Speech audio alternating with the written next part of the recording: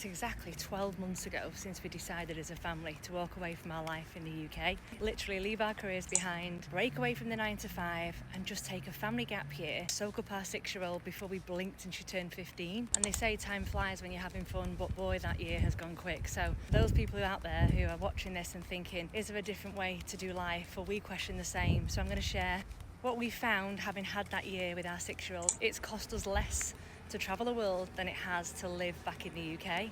I get so much backlash in my comments from that. I don't know whether it's because people believe it's not possible or they don't want to believe it's the truth, but unfortunately the numbers don't lie. And that's a tough pill to swallow because we've done the numbers and we know that just to stand still in the UK we're going to need about 4k a month, which is just crazy numbers. Lived off far less than that and had a much better quality of life, not just in countries like Bali, but countries like Australia and Singapore. Believe me when I say there is nothing more that you can buy in this world for your kids that will be more rewarding and enriching than travel. Toys, the clothes, the bigger house, the fancy cars, they don't give a shit.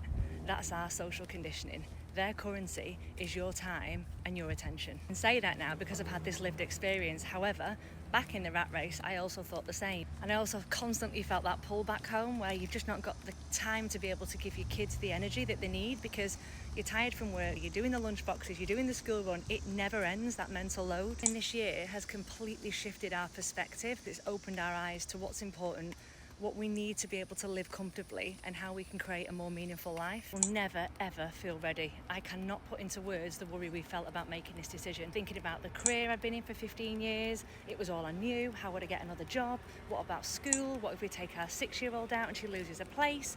What if she falls behind in terms of education? That's just life, isn't it? There'll never be a right time. You can actually make money creating content online. I'd have laughed in your face if you'd have said to me a year ago, H, you're going to start sharing your story on Instagram, you're not going to know what you're doing, but just put yourself out there, start sharing, and you will go from 600 to 60,000 followers. But we're here, and that's what's happened, and I still cannot believe it. I don't have the magic formula. I just think if you put yourself out there, as much as it feels cringe, even now, making this post right now feels utter cringe.